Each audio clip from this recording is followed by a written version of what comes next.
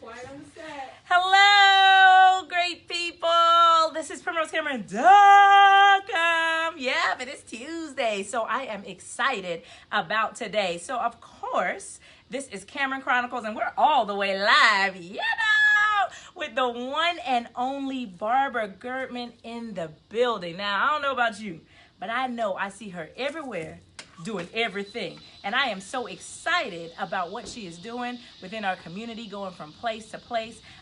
So she just stopped by today so we can have a grand conversation about what it means for women being in business.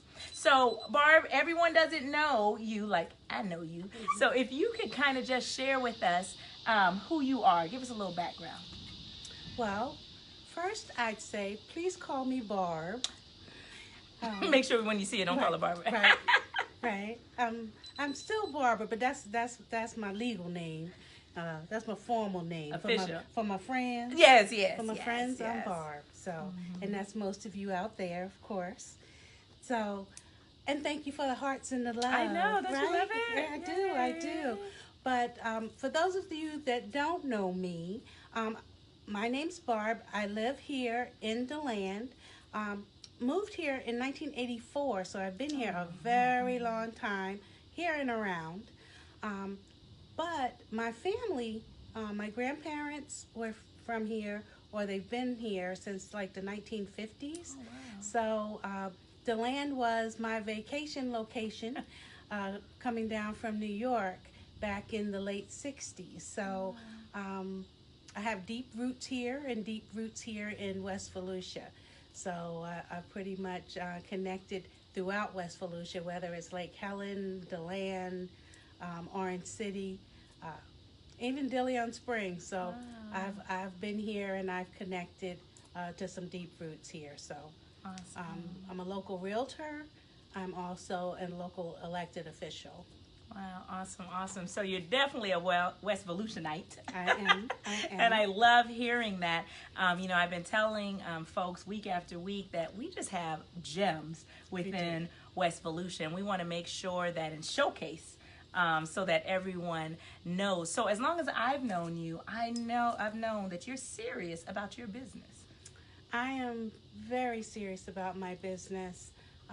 My experience, I have 25 years in healthcare, and I have my master's in healthcare administration, and I worked more than 25 years in that environment, traveled throughout the country negotiating contracts, and I came home and I decided I needed to be here and have a more flexible schedule to support my mom and work with her when my dad transitioned.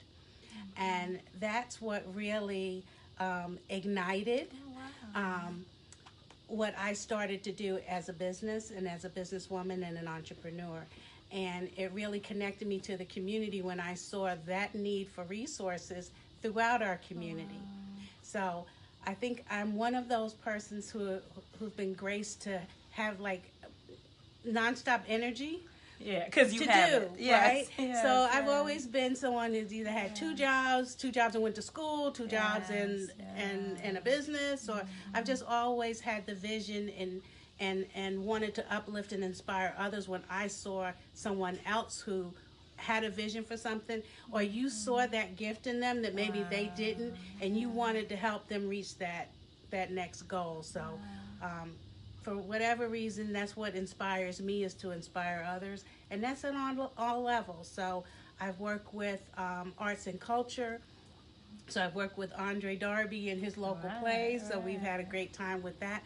So there's just a way of connecting with people, their vision, their energy, and to me, it uplifts mine. It helps with networking, because as you meet people, they help you meet your goals, and you can help them as well. So people definitely need people. We're always saying that and how important that is. Now, was that difficult to transition your careers like that? Up to 25 years? It is. Yeah. It is. But I think when I came back to DeLand after coming off the road, and my mom needed help because my dad was on hospice, and once he transitioned, I think so did I, in a different personal, internal way.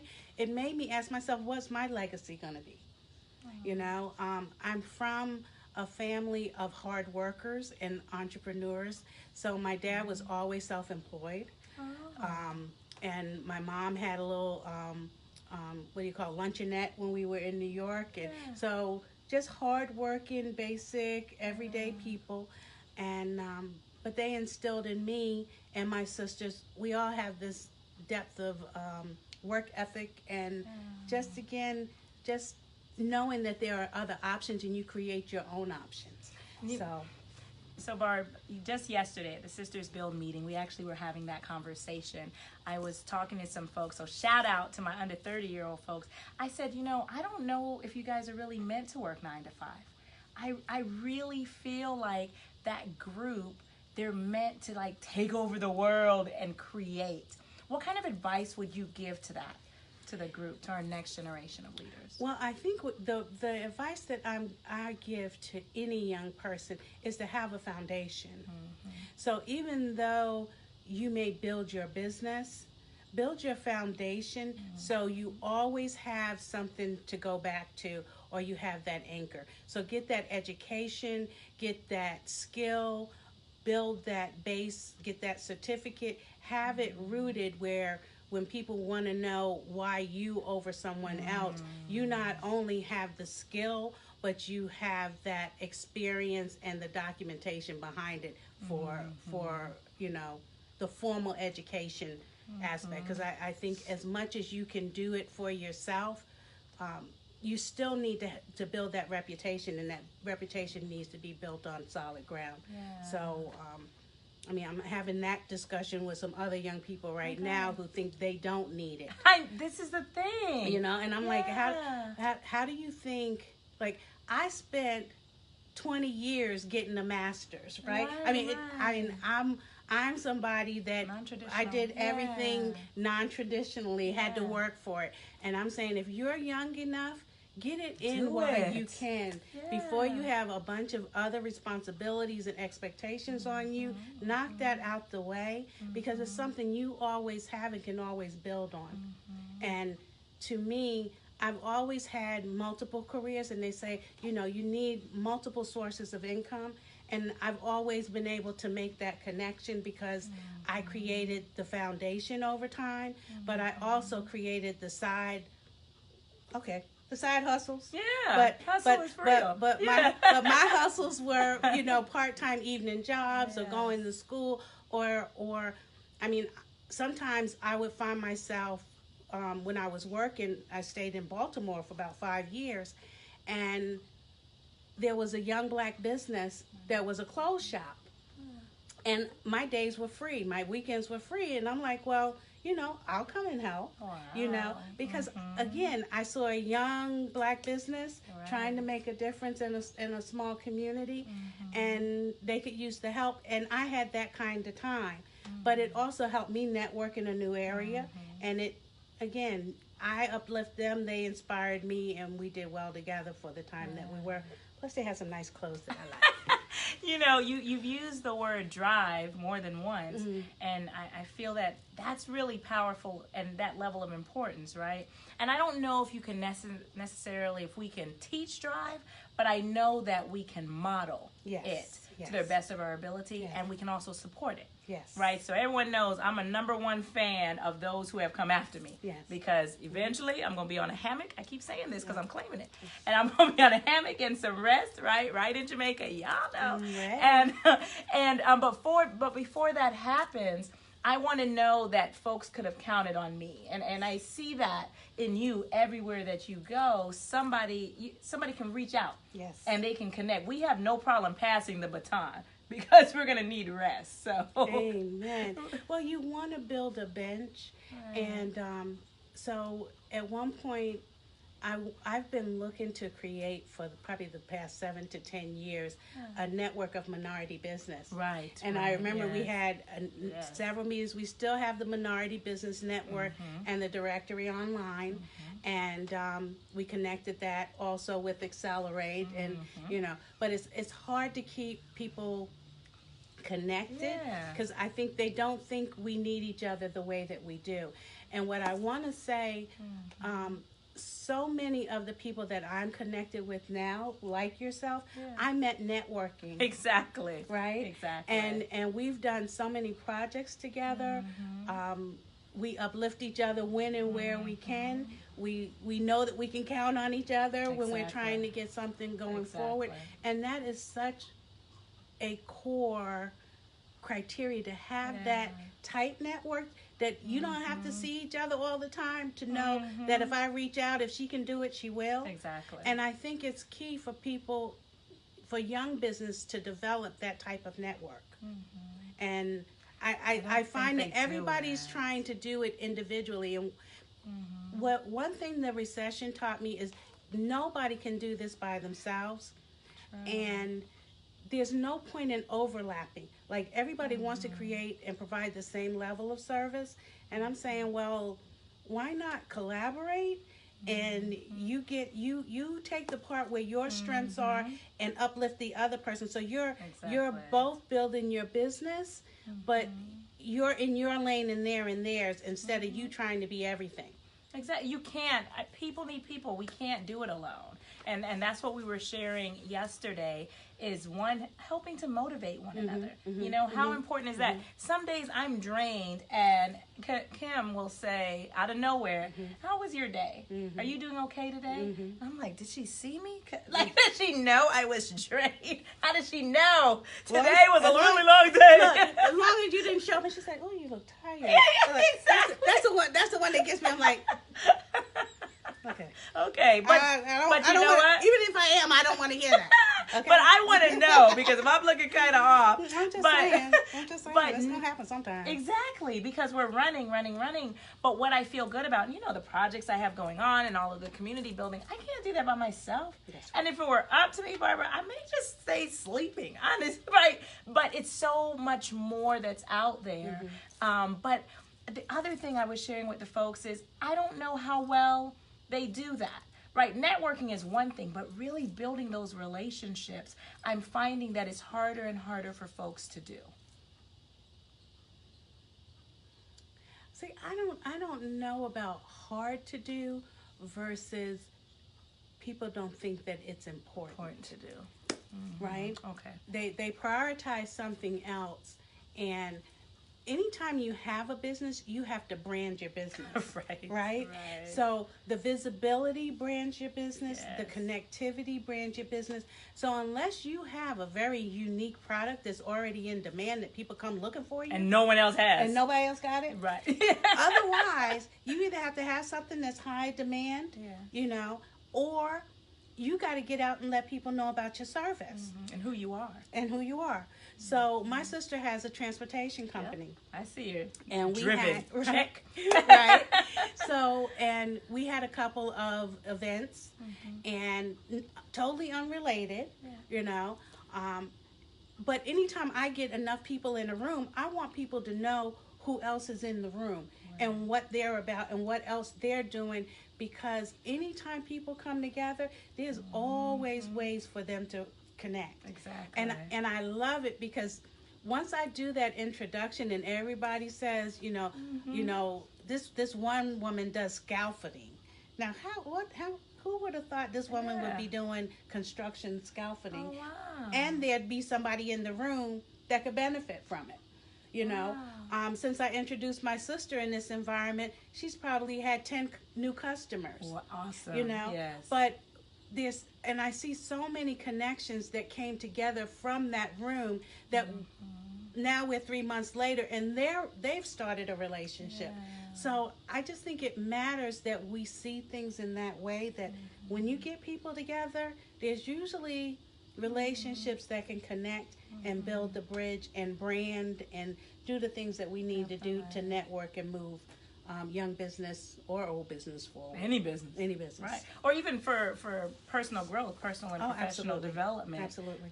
Definitely need that as well. So, yeah, I definitely could see that, finding the reason why this is important, right? If we could do everything by ourselves and we could stay to ourselves, I'm not necessarily sure we'd be growing the way that we need to, you know? And I think you have to find the lane that you do best. Whatever your lane is, You right? know, whatever that thing is, because when we try to be everything everywhere, it really waters down your quality. It's true. It's true. I also was sharing yesterday with the group just on building a team. Like, I know I seem in my head that I'm fabulous, but there's some things I just don't do as fabulous, right? And so, like, yeah, I'm a visionary. So I have big picture, right? I don't know how this stuff is supposed to get done. I just can tell you what it should look like when we get there, right? So I really work hard to, one, treat folks who are really good, right? I try to treat folks like I would like to be treated.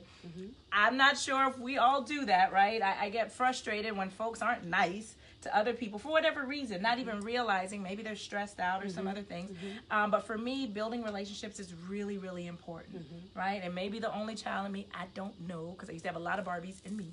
But but now that I'm an adult, right, I like to hang with folks who are making movement as well, or those who want to do more. So I had to work really hard to create a team that believed in the vision and had a vision. Now, how did that work for you? You know, I find that challenging. Okay, so there's a challenge. Yes, okay. I do find I find delegating challenging. Oh, I don't have any problem. Yeah. Yeah. Come see me. Yeah. So I just like being real. So if I would identify my weakness, oh wow. I find that I take on too much, and it really is about identifying the people with the strongest skill and being comfortable to make that delegation, trusting it, and I think you accomplish a lot more in doing that. So if I have to tell the truth about my own weakness, it is about delegation. So I probably could do very well with a assistant. Oh, you know, right. Yeah, that would be like, okay, this is what we got. Look, this is what we handling. So yes, I would love that. So we got this over here. Send me a text. And there's people who say, Barbara, I got that for you, and I'm like, okay. But it's like I don't want to inconvenience them. Yeah. Well, but it's not even the control of it. It's like, well, I get to a place now that I don't like taking advantage of people's time. Oh, right. So I've seen so much. It's great to have volunteers, but I think we've come through such a time that everybody's doing the best they can, and their time is valuable and is of the essence, right? And I just find that when I ask you to do something, it's because I need that, like, I really need you. Now. I really need you to do it, and I don't want to take advantage of your time. So I'm going to wait till I have that nugget that's ready for you, and this is what I need from you. So I'm not wasting your time trying to come to it, figure it out. You know, this is exactly what I need.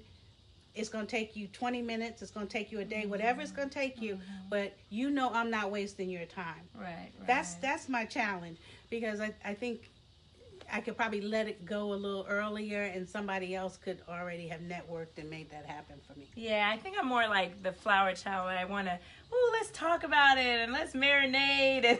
And the other thing, here's where I find important again, and I had to learn this part, is that I try to pour into people the part I know how to do. Right. So because I'm big picture, the creative part, when you walk into one of our events, I probably didn't set it up, like I didn't do any of that part. The agenda, all those things I did, and that was already complete. And when I showed up, the fabulous team, whether it's one person, when I say team, it could be one person or it could be 22 people, right? So what I try to do is whatever the individual's like is, whatever that is, let me pour into that part, because I know how to do that part. Right. I'm gonna pour into that part, and then it becomes ripple effect, which that within itself builds a community. That's true.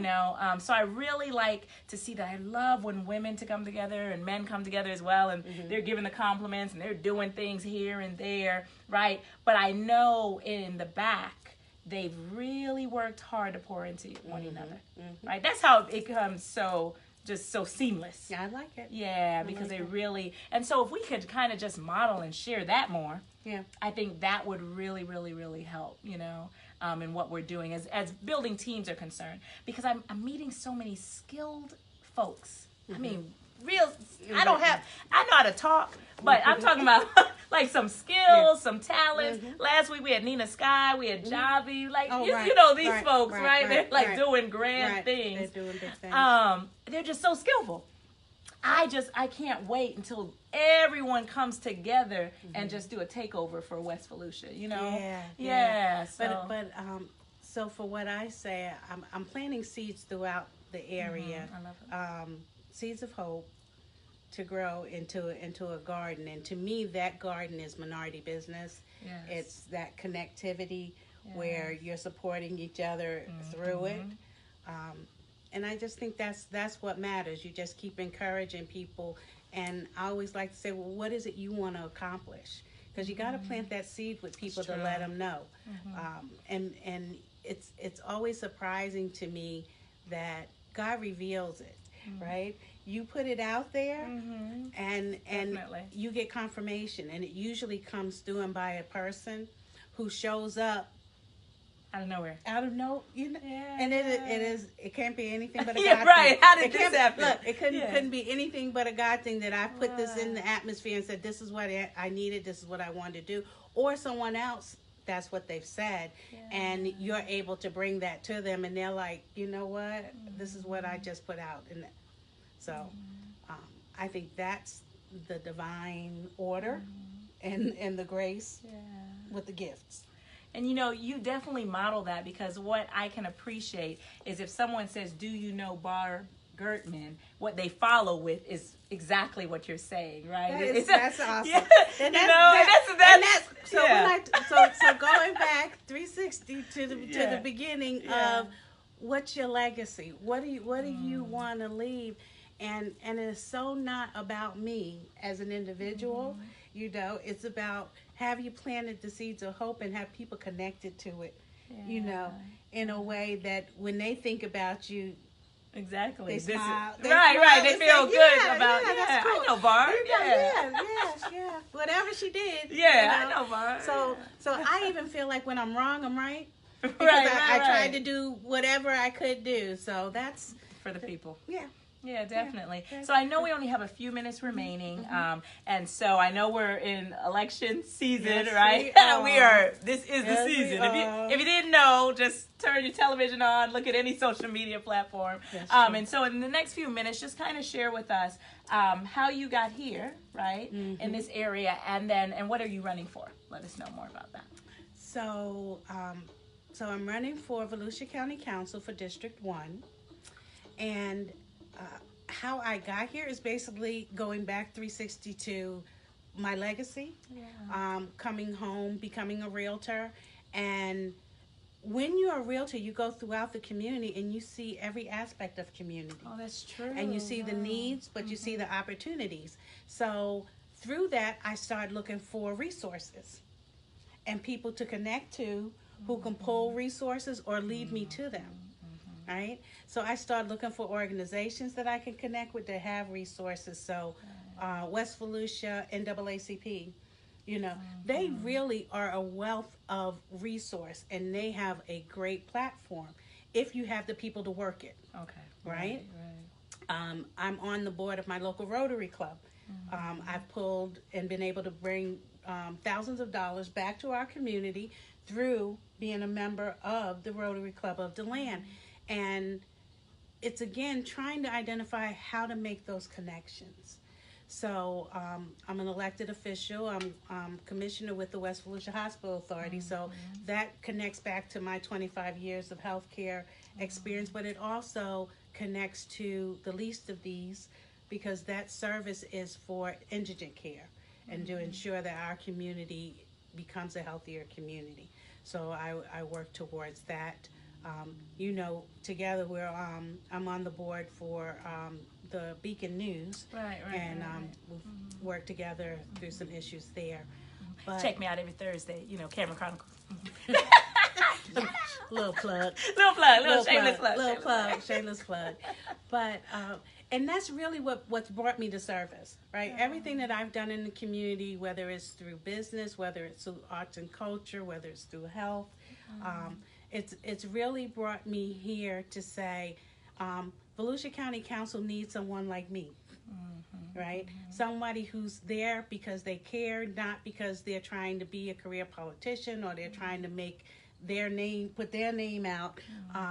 It's just, I've seen so much in the community that needs uplifting, that needs support, and I don't feel that current representation supports a total community as I have and do and will.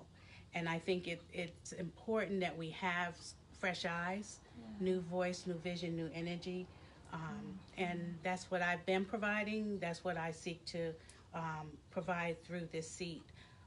My seat is District 1, and I've just been very well supported locally by our community. I have individual contributions from our community, from District 1, that actually have more contributions than the other candidates combined. And it's because it's a local, homegrown candidacy, that's being supported by the people, because they know I stand for them, with them, by them. And I've been doing it, and I've been doing it for years because it matters. And that's really what's brought me to the campaign and why I do what I do, because I feel it matters. I also do it as a mom and as a grandmom of Black men. And I even feel that what I couldn't give mine, right? Or I think it's hard for young men to listen to their mom sometimes. So he's got to be getting it from somebody else. So if I can educate somebody else or help somebody else educate somebody else, like through your program, where you need Black men to uplift other Black men, but sometimes somebody has to create that environment for it to happen. Right.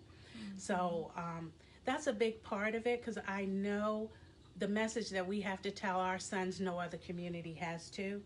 And it matters. It matters, but it also matters that we connect in a way that represents a total community.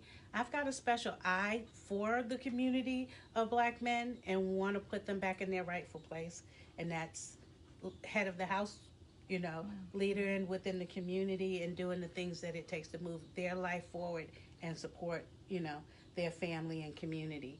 And I think so much of that is where the disconnect is and what we've got to get back to change the culture of our communities. Thank you so much, Barb. We can talk forever. Yeah, we can. I'm just excited about just the message of hope, right? And just so thankful that you are a member of our community. And so I appreciate all that you continue to do. And for ladies who are watching, women in business, we understand that there's lots of opportunities, but we get that there's challenges as well. Yes. And so people need people. So stay connected. All the guys out there, hey guys, I'm holding you responsible and accountable for the lives of our children. So I hope to see you at the Calling a Few Good Men conference. Here goes shameless plug again. Right there on September 29th at the center in Deltona. So please check us out there. Sisters Build Network. Yay! October 13th, we will have our brunch. If you do not have your ticket yet, please stop by. Mine. She has hers. Okay. Make sure you stop by Mitzi's First Impression Hair Salon right there at 640 West New York Avenue and pick up your ticket. If you want to purchase an ad, be a vendor for either event, call me. I'm not hard to locate. I just want to thank you so much, Barbara, for stopping by today. Because she could have been somewhere doing something. And she chose us. Yeah, she will next. And she chose us. So thank you guys for always checking in. So as always, I'm PrimroseCameron.com. You all know you heard it here first. You take care now. Good night. See you later. Bye.